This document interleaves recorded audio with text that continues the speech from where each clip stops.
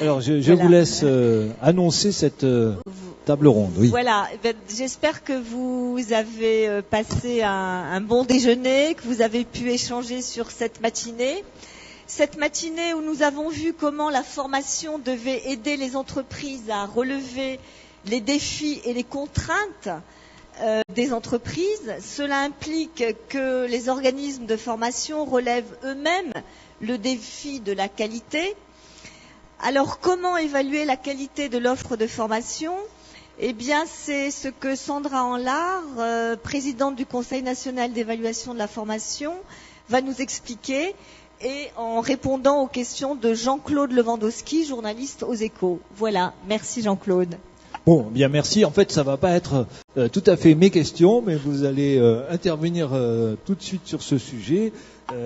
Bon, d'abord, pour nous expliquer un petit peu, d'abord, ce qu'on évalue aujourd'hui, comment on procède, s'il y a des innovations en matière d'évaluation de la formation et de la formation dans les entreprises. Je précise bien parce que vous êtes effectivement directrice générale d'entreprise et personnel et présidente du Conseil national d'évaluation de la formation, mais vous intervenez là sur le thème de la formation dans les entreprises. Voilà. Bah, écoutez, je vous laisse faire votre intervention et ensuite, eh bien, nous dialoguerons, je vous poserai des questions et évidemment, vous serez invité cordialement à poser vos questions également. Merci beaucoup. Bonjour à tous, merci beaucoup pour cette invitation. Je suis ravie d'être avec vous pour non pas apporter des réponses, je précise tout de suite, mais peut-être simplement partager avec vous un certain nombre de réflexions sur la question de l'évaluation de la formation, qui est quand même un sujet pas tout à fait nouveau. Voilà, ça fait je ne sais pas combien d'années qu'on parle de ce thème-là, donc je voudrais juste vraiment échanger et donc démarrer par un exposé d'une quinzaine de minutes, vingtaine de minutes, pour ensuite effectivement pouvoir dialoguer sur ce thème. Alors, la première chose peut-être que je vais faire, c'est très rapidement un petit état des lieux, un petit état de la question plutôt, et puis vous dire un peu comment habituellement on peut prendre ce sujet, comment on pose la question de l'évaluation de la qualité de la formation. Et dans une deuxième partie, je voudrais vous proposer peut-être de déplacer un peu le regard et de traiter les choses un peu différemment. Premier point en ce qui concerne l'état de lieu, comme je le disais à l'instant, la question de l'évaluation, c'est vraiment, je crois, la question serpent de mer de la formation. Ça fait des années qu'on se plaint du fait que c'est pas évalué, qu'on n'arrive pas à prouver qu'on ne sait pas comment évaluer, que le sujet est complexe. Alors, je vais vous le redire. Oui, c'est un sujet complexe. Oui, c'est un sujet auquel on n'a pas de réponse simple. Et ça, quel que soit le niveau auquel on se place. Donc, si j'ai, comme ça, un peu bêtement, j'ai envie de dire, aligné les différents niveaux, c'est parce que sur chacun de ces niveaux, il y aurait matière à dire des choses spécifiques. L'évaluation des politiques de formation au niveau national pose un certain nombre de questions qui sont mal résolues. Je pense que les derniers débats qui ont eu lieu ont suffisamment illustré ces difficultés. Qu'est-ce qui est scientifique là-dedans? Qu'est-ce qui ne l'est pas? Comment est-ce qu'on peut, à quelle source se fier? Comment poser simplement la question de l'évaluation. Mais quand on regarde également ce qui se fait au niveau des régions, eh bien, on se rend compte que là aussi, les politiques régionales posent des tas de questions en matière d'évaluation. Évidemment, ça ne veut pas dire que des choses ne se font pas. Énormément de choses se font. Je ne suis pas du tout en train de dire qu'on n'évalue pas la formation en France. Je dis juste que niveau par niveau, on voit un certain nombre de questions qui sont très souvent d'ordre méthodologique, en tout cas quand on se réfère à ces niveaux-là, et que voilà, il n'y a pas de réponse simple qui permettrait de dire qu'on a prouvé de manière définitive l'efficacité de tel type de formation sur tel type de public, en parlant de tel dispositif. En fait, on a à chaque fois des bouts de choses qui nous permettent évidemment de raisonner. Même chose au niveau des partenaires sociaux, même chose au niveau des branches, même chose au niveau des dispositifs, bref, voilà. J'ai envie de dire, quelle que soit l'entrée qu'on choisisse, et vous voyez qu'il y en a toute une série, que d'ailleurs souvent on essaye de croiser, eh bien finalement à chaque fois, on a des évaluations partielles, discutées, sans doute parfois discutable. En tout cas, on n'est pas sur un matériau sur lequel tout le monde s'accorderait en disant c'est comme ça qu'il faut évaluer, ça dit la vérité, et donc il n'y a qu'à Faucon. Ça, c'est le premier constat, alors même, encore une fois, que cette question n'est pas nouvelle. La deuxième chose, si on regarde maintenant à l'intérieur des entreprises. À l'intérieur des entreprises, on va retrouver, j'ai envie de dire, encore plus de difficultés, pour des raisons qui sont très variées. Je reviendrai sur ces raisons tout à l'heure. D'abord parce que là, pour le coup, la question de l'évaluation, elle est quand même pas posée d'emblée comme la première question qu'on se pose quand on est RF. Oui, je vais faire quelque chose, il faut tout de suite que j'évalue.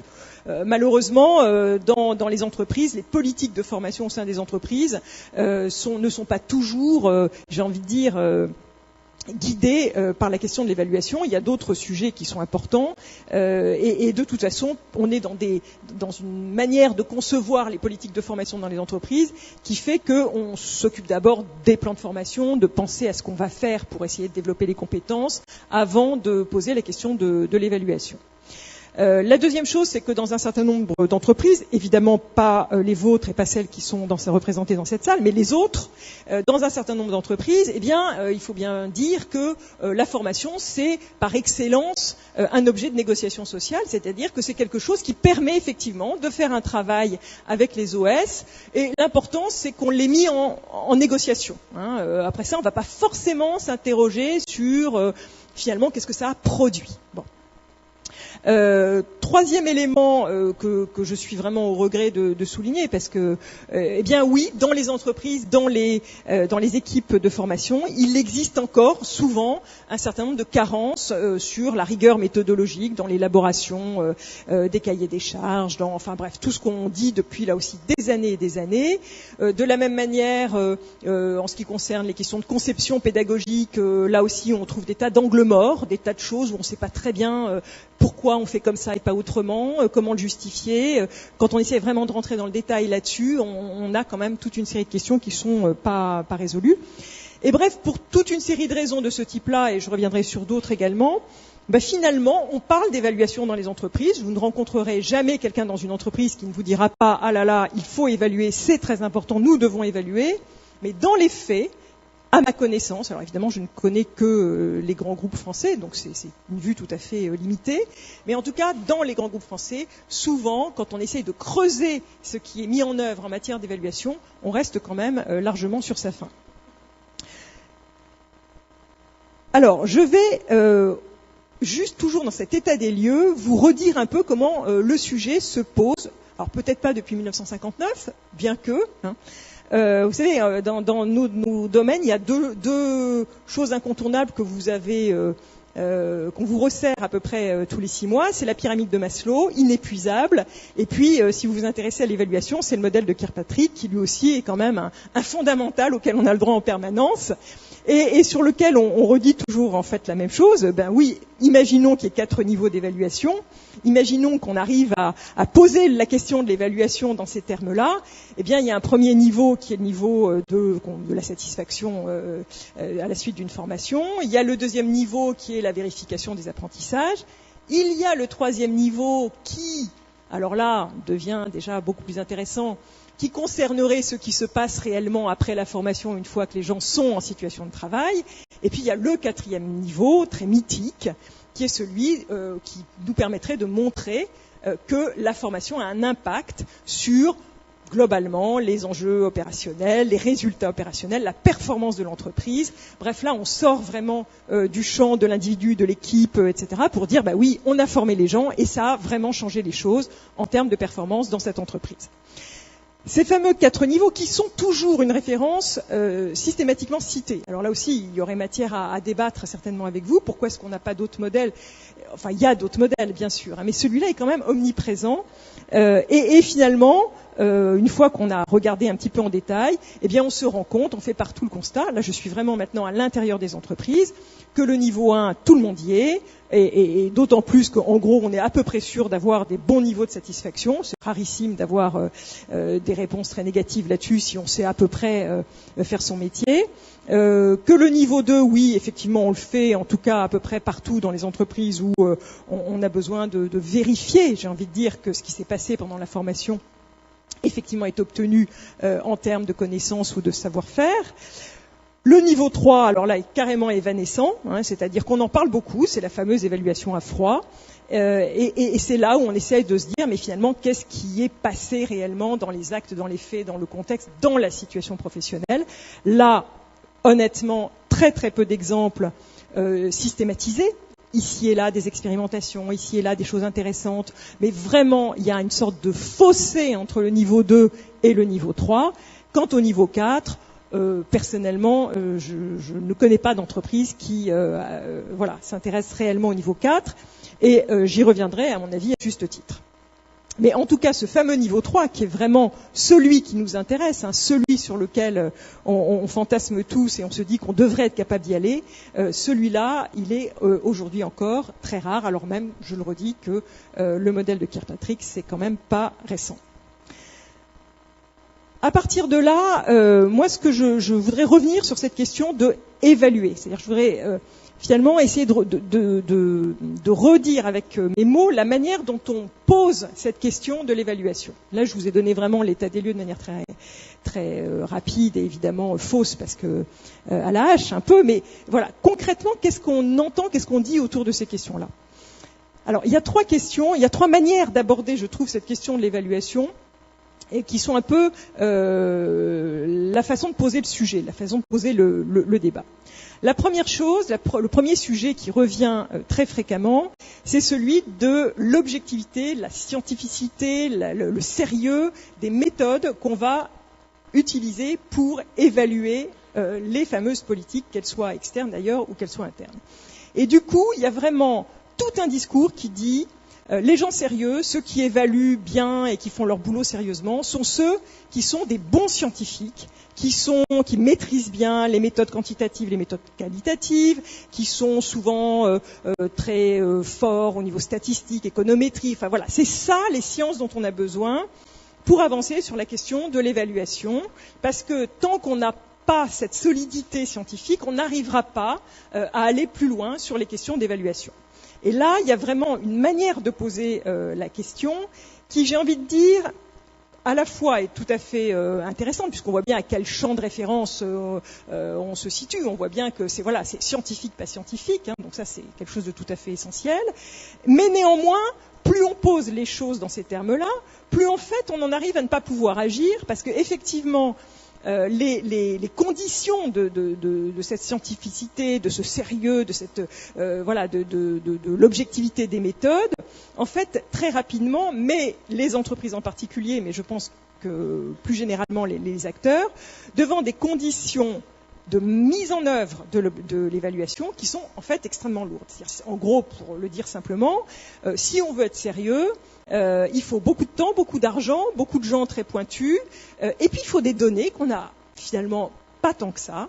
Il faut des sources sur lesquelles on peut vraiment s'appuyer et on les a pas toujours.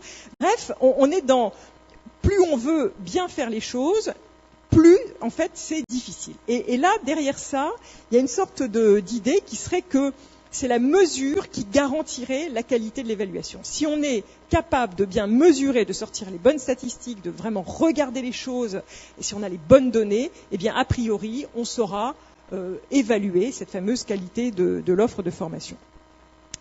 Ça, c'est une première position qu'évidemment on défend, et donc on défend en particulier évidemment au Conseil national d'évaluation, en disant il n'y a pas d'évaluation si on n'a pas un minimum, plus qu'un minimum d'ailleurs, un réel sérieux dans les méthodologies et dans les outils qu'on utilise, mais il faut aussi reconnaître que du coup on rend la question extrêmement exigeante et difficile. Deuxième question, alors c'est cette fameuse question qu'on entend depuis très longtemps, il faut mesurer le ROI, tant qu'on n'aura pas prouvé dans les entreprises que la formation est un investissement. C'est pas nouveau de dire que la formation est un investissement, je sais même plus de quand, dans les années 80, 85, il y avait eu un certain nombre voilà, déjà on disait ça, d'accord, mais un investissement ça veut dire quoi? Ça veut dire qu'on a des dépenses qui ont à un moment rapporté plus, je le dis de manière extrêmement simpliste. Et là, de quoi parle-t-on? Est-ce que pour qu'il y ait un ROI, il faut que on s'intéresse aux stage de formation, à la façon dont on a organisé un certain nombre de moments qui s'appellent des moments de formation. Est-ce que c'est ça qui va nous permettre de mesurer le ROI? De quoi parle-t-on? Comment est-ce qu'on arrive finalement à vraiment dire, mais ce qu'on considère comme l'investissement, c'est le fait que des gens se réunissent par groupe de 12 pendant 3 jours, 4 fois dans l'année. C'est ça l'investissement, et c'est ça qui va permettre de prouver qu'il peut y avoir un ROI. Et là, dès qu'on réfléchit un peu et dès qu'on avance un petit peu, on voit bien qu'on a considéré une toute petite partie de cet investissement, et que pour qu'il y ait effectivement un ROI, il y a plein d'autres éléments qui vont entrer en ligne de compte. À commencer par effectivement ce qui se passe quand les gens reviennent de ces fameuses formations, à commencer par le contexte de travail dans lequel ils sont, à continuer par la manière dont cette formation a été présentée. Et puis, au passage, il y a quand même aussi une question sur il s'est passé quoi pendant ces fameux 2 jours ou 3 jours. Et là, dès qu'on commence à rentrer sur la question de l'efficacité pédagogique de ces fameuses formations, je pense que vous serez d'accord avec moi pour reconnaître qu'on a encore du chemin à faire et qu'on a encore du mal à être très fin pour comprendre ce qui fait qu'il y a efficacité pédagogique à l'intérieur d'un dispositif par rapport à un autre. Et du coup, c'est aussi une autre manière de dire que cette fameuse mesure du niveau 4 de Kirkpatrick, c'est évidemment quelque chose de très très difficile à considérer, puisque ce qui fera que dans une entreprise, il y aura eu plus de performance ou moins de performance d'ailleurs, certes la formation joue, mais jamais il n'y aura que la formation. Il y a toute une série d'autres éléments qui évidemment vont entrer en ligne de compte. Et du coup, ça devient très très difficile d'assurer une sorte de relation comme ça un peu mathématique, je dirais, entre une formation, un effort formation, et puis concrètement un développement de production, de productivité. Alors une autre manière de poser la question, c'est de dire finalement on a du mal à regarder l'aval, on a du mal à être que sur la méthode comme si ça allait être le garant essentiel. Alors peut-être que ce qu'on pourrait faire, c'est qualifier l'offre en se disant si on est sûr qu'on a de bons prestataires, si on est sûr que les formateurs sont tous au top, si on est sûr que les conditions de la formation sont garanties, c'est-à-dire que ça se passe dans de bonnes conditions, si on est sûr de toute une série de choses, eh bien alors, c'est ce que j'appelle très rapidement ce qu'il y a autour de la formation, la qualité de l'organisme qui propose, etc., eh bien normalement, on est à peu près sûr que, oui, il y aura efficacité de la formation. Là aussi, ce qui est compliqué dans cette manière de faire, c'est que finalement, on n'aborde jamais cette fameuse question que j'évoquais tout à l'heure, c'est-à-dire vraiment ce qui se passe dans l'acte d'apprendre, ce qui fait qu'il y a réellement apprentissage, non pas pour une personne mais pour un groupe, et ce qui fait surtout que cet apprentissage sera transféré en situation professionnelle. Donc là aussi, bien sûr, travailler sur les périphériques, mais ça ne nous garantira jamais. On peut avoir de fabuleux formateurs avec un organisme extraordinaire, etc., etc. Néanmoins, ce qui fait qu'il y aura réellement retour sur investissement et réellement efficacité finalement de toute cette démarche, si on veut le prouver, là je parle bien d'évaluation au sens où je l'ai évoqué, c'est très difficile parce qu'à nouveau, on va achoper sur ce qui fait l'efficacité pédagogique. Tout ça, ça ne veut pas dire qu'il ne faut pas le faire, ça veut dire qu'il faut le faire, mais que néanmoins, il restera toujours toute une série de questions sur est-on capable réellement d'évaluer la qualité de la formation et est-on capable d'isoler ce qui fait effectivement la qualité de la formation. Alors, je vais là très très rapidement vous dire comment aujourd'hui, dans un certain nombre d'entreprises, on va répondre à ces questions-là. Et je ne vais même pas m'arrêter sur les slides, je vais juste vous les montrer visuellement. Voilà, parce que vous voyez, voilà, c'est des choses comme ça que vous allez voir beaucoup, alors ça je vais y revenir, c'est-à-dire qu'on va avoir toute une série de réponses qui vont être des réponses en termes d'outils et qui vont dire, nous on est capable de répertorier, de poser toute une série de questions, de ne pas perdre ces questions, de les traiter, on peut vous faire des camemberts, on peut vous faire des histogrammes, on peut vous faire des figures formidables, on peut vous mettre ça en vert, en jaune, en bleu, et vous voyez, on est sérieux, on évalue. Alors, personnellement, je pense qu'on peut faire tous les histogrammes qu'on veut, on n'aura pas forcément évalué tant qu'on ne saura pas évidemment ce qu'on met dans la machine. Et que malheureusement, souvent, à la fois cette sophistication fait gagner du temps, du sérieux dans les données qu'on recueille, mais qu'on a juste déplacé la question sur quelque chose qui est le recueil des données et qu'on l'a pas du tout, on n'a pas eu de réponse plus intéressante vraiment sur le fond, c'est-à-dire sur cette question de comment on peut montrer ce qui sert à quoi et comment et pourquoi. Juste une dernière chose avant que je passe à une autre manière de voir les choses. Moi, il y a un résultat là d'enquête qui m'a beaucoup intéressé, c'est la réponse à la question que se passe-t-il en termes d'accompagnement du développement des compétences à l'issue de la formation.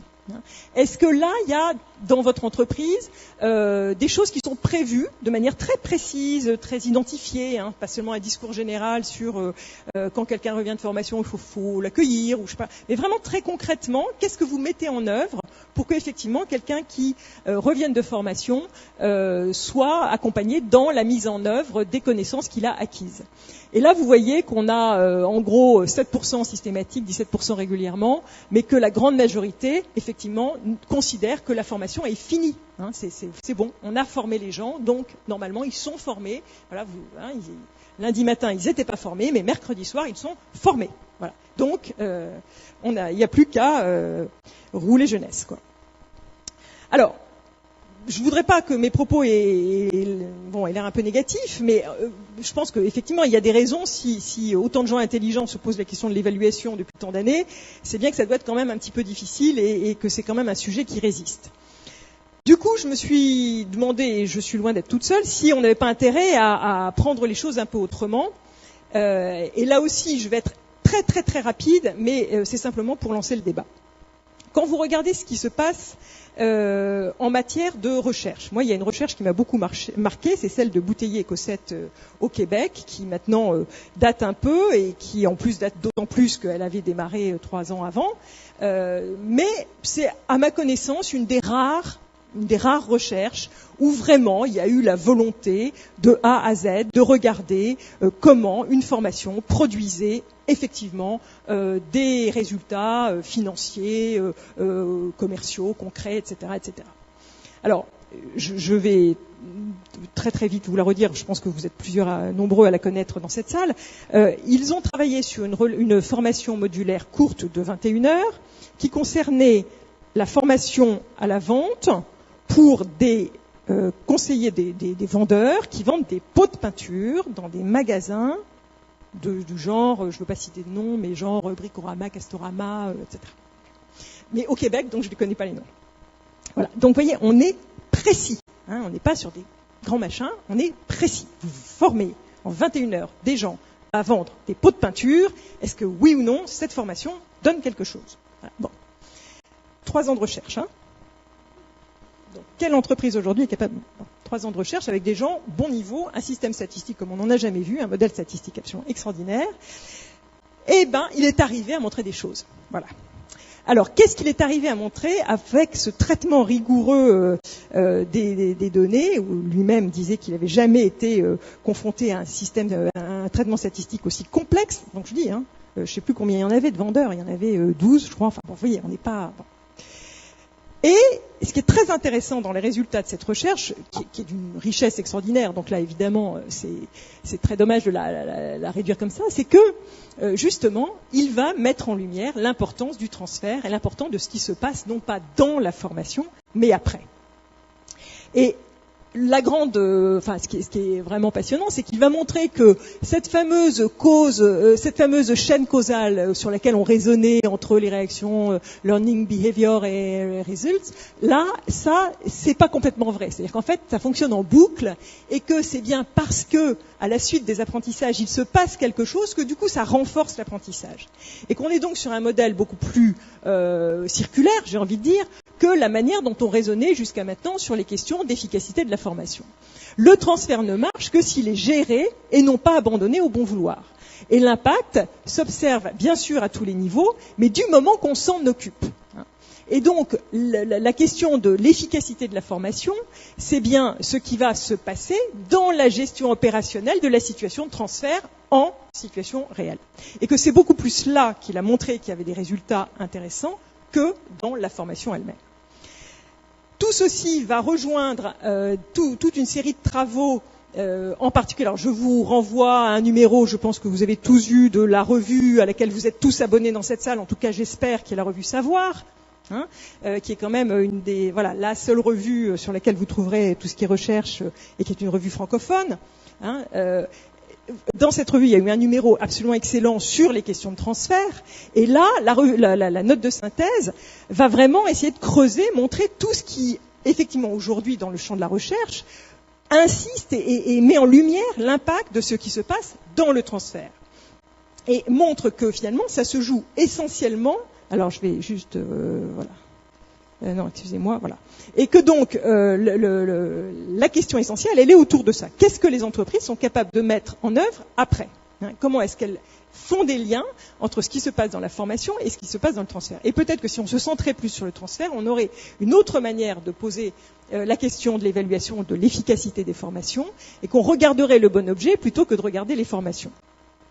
Pourquoi est-ce que j'insiste là-dessus ? Parce que si tout le monde est d'accord sur le principe, comme je le disais tout à l'heure, en termes de méthode, de temps, de management, pour des tas de raisons, c'est extrêmement difficile de vraiment outiller ou monter des expérimentations évaluatives telles qu'on pourrait les rêver si on reste dans une logique scientificité des outils. Donc là, on voit bien comment on bute sur des pratiques qui auront vraiment du mal à se mettre en œuvre dans les entreprises. D'autant plus, c'est une parenthèse, mais pas qu'une parenthèse, c'est que je ne sais pas très bien qui a vraiment intérêt à évaluer la formation dans les entreprises.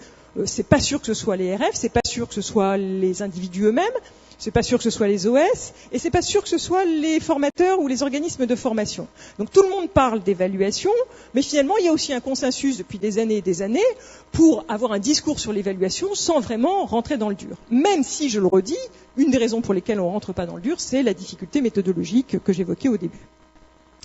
À partir de là, dans les entreprises, c'est ce que je vous disais, il y a un certain nombre d'outils de type celui que je vous ai montré qui permettent de suivre.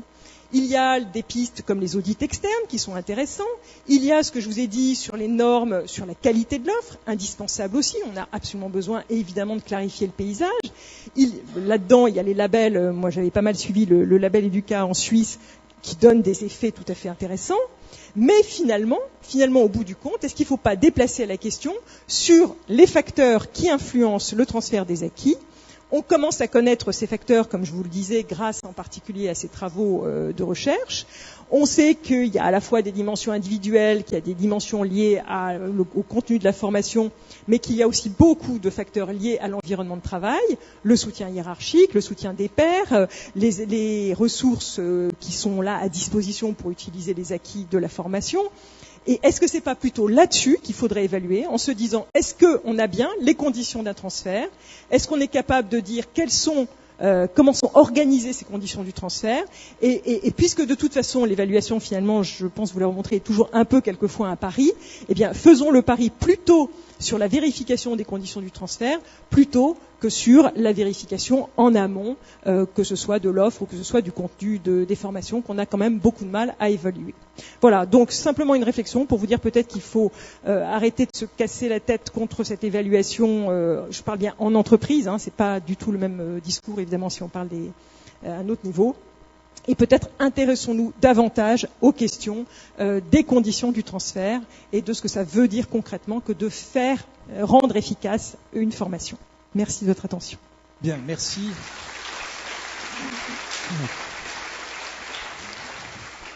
Merci pour cette critique constructive et pour ces propositions, cette critique constructive du dispositif d'évaluation de la formation, pour ces pistes également de réforme ou d'amélioration du dispositif. Je pense que notamment sur cette question de l'examen des conditions du transfert, je pense que vous pourriez peut-être approfondir un petit peu et développer un petit peu. Est-ce que, alors vous aviez au début de votre exposé dit que il s'agissait de la formation en entreprise en France. Est-ce que vous avez un regard un petit peu sur ce qui se passe dans d'autres pays ? Est-ce qu'il y a d'autres pays notamment qui se sont penchés un peu plus sérieusement, je dirais, sur les conditions du transfert après la formation notamment ? Pas assez pour vous donner des choses précises. Je précise que nous nous penchons très sérieusement sur la question. Je n'ai pas dit que nous nous penchions pas sérieusement. C'est pas du tout ce que j'ai dit. Non, je suis pas capable là de vous faire un résumé. Moi, je lis non, j'ai pas de vous dire oui, au Québec il se passe des choses, oui, en Suisse il se passe des choses. Alors j'imagine que je pense qu'il y a des gens dans la salle. Cette intervention, cet exposé appelle un certain nombre de questions. Donc n'hésitez pas à vous manifester. Je crois qu'il y a des micros qui vous attendent pour que vous puissiez poser vos questions. Alors, moi je vais poser une question qui est sans doute complètement décalée par rapport à votre exposé, mais on est aujourd'hui dans une situation, une évidence de le rappeler, une situation de crise, et où on entend, il y a toute une série de dispositifs, d'acquis sociaux, etc., qui sont soit remis en cause, soit réexaminés, le dispositif du modèle social français. Et en particulier, on commence à entendre, je ne sais pas si vous l'avez perçu, mais on commence à entendre un certain nombre de gens qui disent, si on cherche, en gros, je caricature, mais si on cherche à faire des économies, il y a un endroit où on peut faire des économies, c'est sur la formation, parce que tout le monde sait que finalement, la formation professionnelle, une grande partie de la formation professionnelle n'a pas d'efficacité. Donc là, on retombe sur la question de l'évaluation. Est-ce que vous avez l'impression que cette question de l'évaluation risque quand même, indépendamment de ses faiblesses, de ses lacunes actuelles, de revenir un petit peu au premier plan? J'ai envie de dire, d'abord, je pense extrêmement dangereux d'avoir une réponse globale. La formation générale, derrière ça, il y a des réalités très différentes. Quand on parle de former des jeunes sans qualification, c'est un sujet en soi qui ne peut pas être mis dans le même sac que former des gens dans l'entreprise, déjà qualifiés, etc. Donc, je parle de la formation professionnelle en entreprise. Voilà, mais je voulais quand même préciser que ce que je vais dire sur la formation professionnelle en rien n'est une réponse à d'autres questions de politique de formation au niveau national. C'est important de bien souligner. Après ça, moi j'ai envie de dire que dans les entreprises, ce qui me semble là aussi très important, c'est surtout pas de répondre oui ou non. C'est-à-dire qu'il ne s'agit pas de dire oui, la formation, on sait très bien que ça sert à rien, c'est pas efficace. On n'en sait ni plus, ni oui ni non, puisque justement on a du mal à évaluer. Donc ça ne veut pas dire que c'est pas efficace. Ça veut dire qu'on ne sait pas très bien répondre de manière précise à cette question. En revanche, la critique permanente qui est de dire ça coûte cher, les gens n'ont pas le temps, d'ailleurs vous avez vu, ils viennent pas, etc. Ça devrait être quelque chose sur lequel vraiment on réfléchisse en se demandant comment penser les processus d'apprentissage dans les entreprises de manière différente, de manière innovante, de manière à tenir compte aussi de l'évolution du rapport au savoir dans cette société. Comment est-ce que nous, acteurs de la formation, on a le devoir de s'interroger, de bouger, de se poser la question de l'innovation, justement pour ne pas être dans « Ah bah oui, c'est trop cher, ah bah dommage, je sais pas faire autrement, donc faut supprimer ». On doit avoir des réponses à offrir pour penser la formation autrement dans les entreprises et sortir d'un modèle dominant, parce qu'il n'est pas unique du tout, mais d'un modèle dominant qui serait le stage, tel qu'on le connaît dans beaucoup de cas. Alors, on va prendre une question de monsieur, allez-y. Bruno Latsous, Société ICO. Moi, je trouve que vous avez fort bien analysé le problème, madame, et vous l'avez fort bien répercuté sur nous. Il se trouve que, si vous n'aviez pas cité le professeur Bouteiller, j'aurais été déçu parce que j'ai eu le plaisir moi-même de le rencontrer il y a quelques années à Montréal, et il m'a complètement convaincu. Il m'a complètement convaincu aussi de ce que l'état de nos connaissances, les capacités de nos ordinateurs, dans ce monde un peu complexe, on ne pouvait pas aller plus loin à ce stade, et que c'était déjà une belle évolution que d'avoir formulé ces modèles-ci. Alors il ne faut pas être paresseux non plus, mais je pense que c'est déjà un résultat qui est prouvé, testé et mesuré. Et alors, de ce fait-là, je me dis, comme vous-même du reste, mettons donc en place à côté tous les systèmes d'environnement, les périphériques, périphériques internes et périphériques externes. L'interne, c'est l'individu, sa motivation, se former, tout ce que vous avez évoqué tout à l'heure. L'externe, c'est toute la capacité, tout le savoir-faire de nos organismes de formation et de nos systèmes de manière générale. Mettons-les en place, vérifions, testons et mesurons qu'ils sont effectivement mis en place et qu'ils sont de qualité. Et après tout, ça ne sera pas plus mal. Autre question? Oui. Par ici. Voilà, on vous amène un micro. Merci. Est-ce que vous voulez bien vous présenter? Oui. Patrick Portet, BNP Paribas. Moi, je voulais vous interroger sur le rapport entre... savoir si on pouvait faire un rapport entre la qualité de la formation professionnelle continue en France et l'attractivité du territoire France vis-à-vis des entreprises étrangères. Car il me semble, mais c'est en ça que je voulais vous interroger, que dans les critères qui font qu'un certain nombre d'entreprises viennent en France, il y a notamment le niveau de formation. Oui, tout à fait. Bon, absolument, ça c'est indéniable. Maintenant, on est quand même assez loin de la question que j'ai traitée ici. C'est-à-dire que globalement, évidemment, qu'on est un pays dont le système éducatif est reconnu, en particulier à l'étranger, et dont les niveaux de qualification des gens qui rentrent dans les entreprises, là aussi, est reconnu. Là-dessus, il n'y a pas de... Je suis complètement d'accord. En tout cas, bon, si c'est ça votre question, il y a une évidence. Enfin, il y a la formation initiale et puis il y a la formation professionnelle. Donc le sujet qui nous intéresse, c'est plutôt la formation effectivement professionnelle. Est-ce que dans cette attractivité de la France, eu égard à son niveau de formation, la part de la formation continue est mesurée, appréciée. Enfin voilà, quel jugement on en a là-dessus? Mais le problème de votre question, c'est qu'elle est très macro. C'est-à-dire dire globalement, dans ce pays, effectivement, les salariés ont un niveau de qualification et continuent d'ailleurs à se former parce qu'on a une loi, etc. Oui, bien sûr, on a un fabuleux système de formation professionnelle par rapport à d'autres pays où ça se passe pas du tout comme ça, bien sûr. Mais ensuite, si on veut être plus fin, essayer de comprendre ce qui marche, ce qui ne marche pas, comment ça marche, pourquoi ça marche, etc. Vous voyez, je pourrais vous faire une réponse du genre, oui, on est super bon parce qu'on a une culture très positive vis-à-vis de la formation professionnelle. Une fois que j'ai dit ça, j'ai quand même pas dit grand-chose. Mais bien entendu, globalement, c'est pas uniquement sur la formation initiale qu'on peut construire, qu'on a construit dans ce pays les qualifications des gens qui sont dans les entreprises. Et tout ce qui est autour de formation tout au long de la vie, c'est vraiment des acquis essentiels et sur lesquels il faut absolument continuer à travailler. Après ça, la question, c'est mieux comprendre ce qui se passe, où ça se passe. Est-ce que c'est vraiment dans ce qu'on appelle formation ou est-ce que c'est dans les systèmes d'accompagnement en situation de travail? Est-ce que c'est dans la manière dont sont construits les collectifs? Enfin, vous voyez, il peut y avoir 1001 réponses.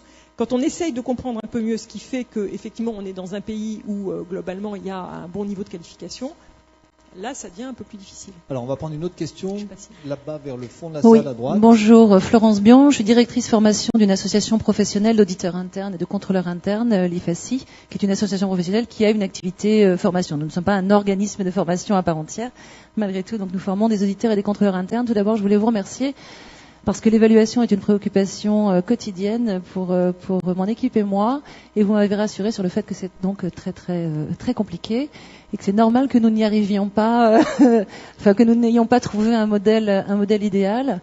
Par ailleurs, je voulais aussi vous remercier pour mettre l'accent sur le fait que l'évaluation, en fait, c'est pas pour faire de l'évaluation en soi, mais c'est pour être sûr que le produit formation que nous proposons à nos participants soit toujours le meilleur par rapport aux raisons pour lesquelles ils viennent en formation. Donc acquérir des compétences, être plus efficace en entreprise et sans forcément vouloir faire quelque chose qui soit... on n'est pas des robots, mais qu'ils apprennent et qu'ils satisfassent l'entreprise et eux-mêmes. Alors par contre, j'ai une question sur les conditions de transfert. Donc ça, c'est quelque chose qui, du coup, je suis contente d'être venue aujourd'hui. J'ai appris quelque chose. Est-ce qu'il existe des groupes de travail au sein du Conseil national d'évaluation de la formation? Est-ce qu'il existe des projets pilotes qui ont mis en œuvre cette méthodologie, cette approche, et si oui, à quel stade d'évolution en sont ces éventuelles actions? Merci. Et alors peut-être question corollaire vraiment dans le même sens. Comment est-ce qu'on peut faire un premier pas, disons, dans cette direction-là, essayer de commencer pour un responsable de formation à évaluer les conditions du transfert? Voilà. Alors, peut-être je réponds déjà, juste pour préciser, le Conseil national d'évaluation n'a pas de sous-groupe particulier sur ce sujet-là, puisque c'est un conseil récent, premièrement, et deuxièmement, il est sur l'ensemble des politiques et des dispositifs de formation paritaire, donc c'est, vous voyez, au niveau de la France, alors que justement, la question du transfert, elle se joue dans des contextes professionnels. Elle ne se joue pas en général dans l'absolu, elle se joue ici et maintenant, j'ai envie de dire. Ce qui forcément amène, enfin, l'idéal que j'aimerais vous répondre, c'est que, mais bien sûr, dans chaque entreprise, il y a des gens qui s'intéressent, qui font partie de l'équipe formation et qui travaillent sur les questions de transfert. Voilà, donc par rapport à votre question, du coup, travailler sur les questions de transfert, c'est d'abord identifier, comme je le disais tout à l'heure, bien comprendre ce qui fait qu'il y a transfert. Et c'est là où je vous renvoyais en particulier à ce fameux numéro de la revue Savoir, parce que effectivement, il y a quand même pas mal de travaux qui ont été menés là-dessus, mais plutôt du côté de la recherche. Hein. Mais ça fait qu'on a les éléments, on sait à peu près, on continue il y a sans arrêt des recherches là-dessus, mais on sait à peu près sur quoi il faut aller regarder. Donc la première chose, c'est vrai que moi je suis toujours un peu triste quand je vois que le passage entre le monde de la recherche en sciences de l'éducation, en formation des adultes, et puis le monde des opérationnels dans l'entreprise, et quelquefois semble un peu cloisonné. Alors que vous les avez là, les pistes, hein, elles sont bien claires, c'est en particulier d'abord et avant tout le soutien hiérarchique, hein, mais c'est aussi la notion de soutien organisationnel qui est décrite de manière précise, c'est la question des pairs qui est extrêmement importante là aussi dans le transfert. La première chose, c'est vraiment le management de proximité. Hein. C'est vraiment ce qui ressort de toutes les études comme étant le premier facteur. Mais il y a toute une série d'autres facteurs qui sont maintenant bien explicités, bien connus, et sur lesquels, après ça, comment on y va, ça, j'ai envie de dire que ça appartient à chaque contexte. Ça me semblerait extrêmement difficile d'avoir des règles générales là-dessus, puisque ce qu'est le management de proximité dans une entreprise n'est pas la même chose que ce qu'il est ailleurs.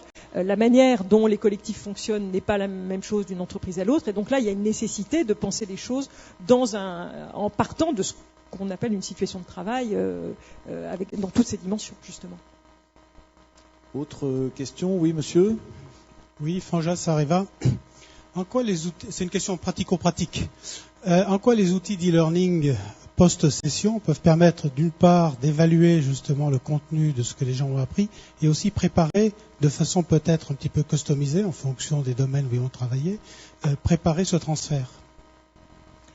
Alors sur la première partie de la question, vous l'avez dit vous-même, c'est-à-dire que je pense que ça peut être vraiment des outils de maintien ou de mémorisation, de continuer à rendre vivant ce qui a pu être acquis. On est typiquement sur le niveau 2 et c'est tout à fait utile et utilisable dans une logique de continuer ce travail d'acquisition d'un certain nombre de connaissances.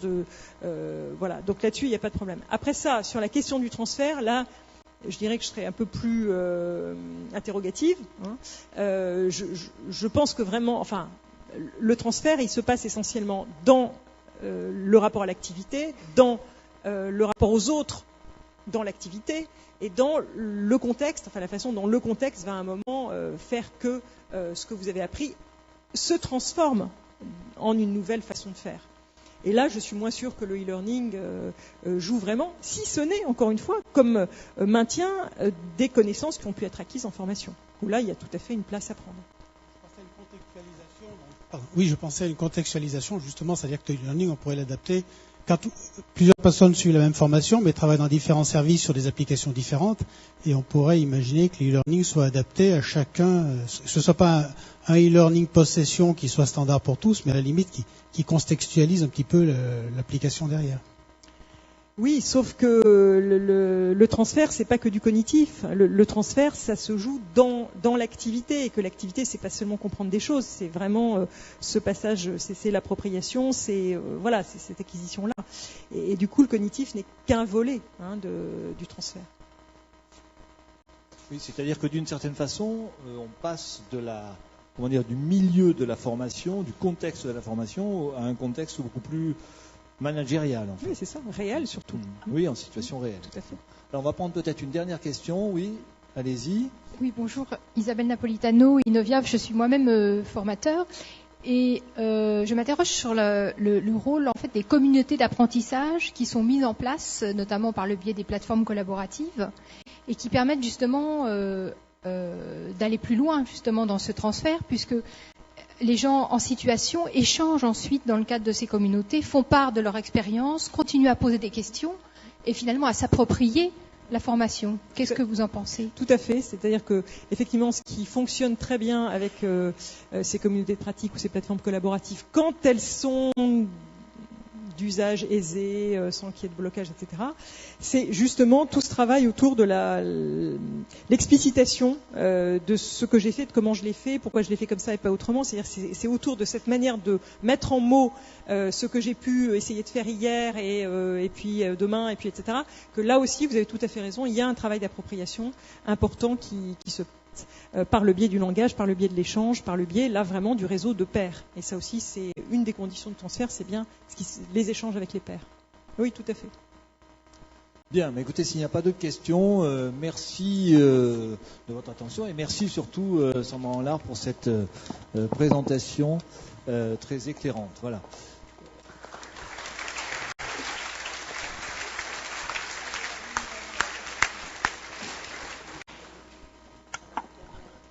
Eh bien, merci à tous les deux pour ce moment. Alors, nous arrivons maintenant à la dernière séquence de cette journée. Et oui, déjà, enfin, elle ne fait que commencer. Alors, je vais vous donner d'abord quelques informations pratiques. Donc, cette séquence, c'est celle des ateliers. Donc, les ateliers sont prévus de 15h à 16h30. Et la bonne nouvelle, c'est qu'il n'y aura pas de plénière après. C'est un choix que nous avons fait pour vous permettre enfin de continuer les échanges et de les finir quand vous voulez. Voilà, de ne plus vous interrompre en plein élan de la pensée. Vous pouvez finir avec un quart d'heure de retard si vous voulez.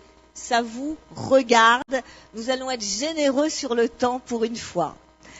Alors, je vais vous rappeler, vous indiquer tout simplement comment vont se répartir les ateliers. Les ateliers 1 et 3 ont lieu en haut, à savoir la recherche et évolution des modes d'apprentissage, donc qui est animé de nouveau par Jean-Claude Lewandowski. Et puis pour chacun de ces ateliers, nous avons choisi de faire mettre le sujet en perspective par un expert qui servira aussi de grand témoin, qui aura aussi un rôle de grand témoin, donc un expert de l'AFPA. Alors, pour l'atelier numéro 1, sur la recherche et l'évolution des modes d'apprentissage, le grand témoin expert est Paul Santelman. Donc, premier étage, enfin, étage du haut, ici. Ensuite, pour l'atelier numéro 3, toujours en haut, sur l'alternance, quelles conditions de réussite au sein de l'entreprise. Cet atelier sera animé par Leïla de Comarmont et l'expert et le grand témoin sera Pascal Sorantinella, directrice du marketing à l'AFPA.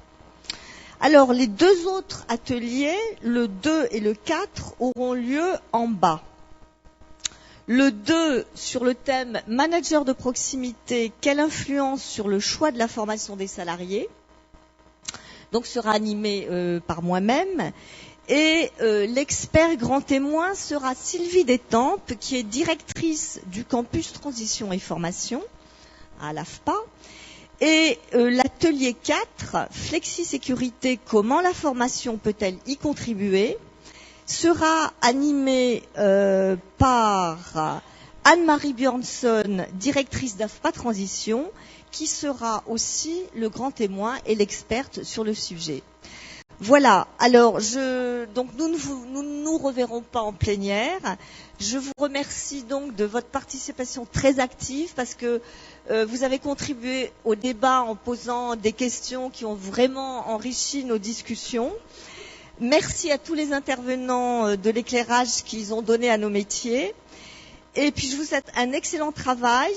Et vous pourrez retrouver la synthèse de tout ce travail de cette journée par mail. Nous vous enverrons donc un mail avec la synthèse de ce travail. Et puis dans ce mail, on vous expliquera la suite des opérations que nous essayons de mettre en place d'une manière un petit peu plus interactive. Voilà, au revoir, merci.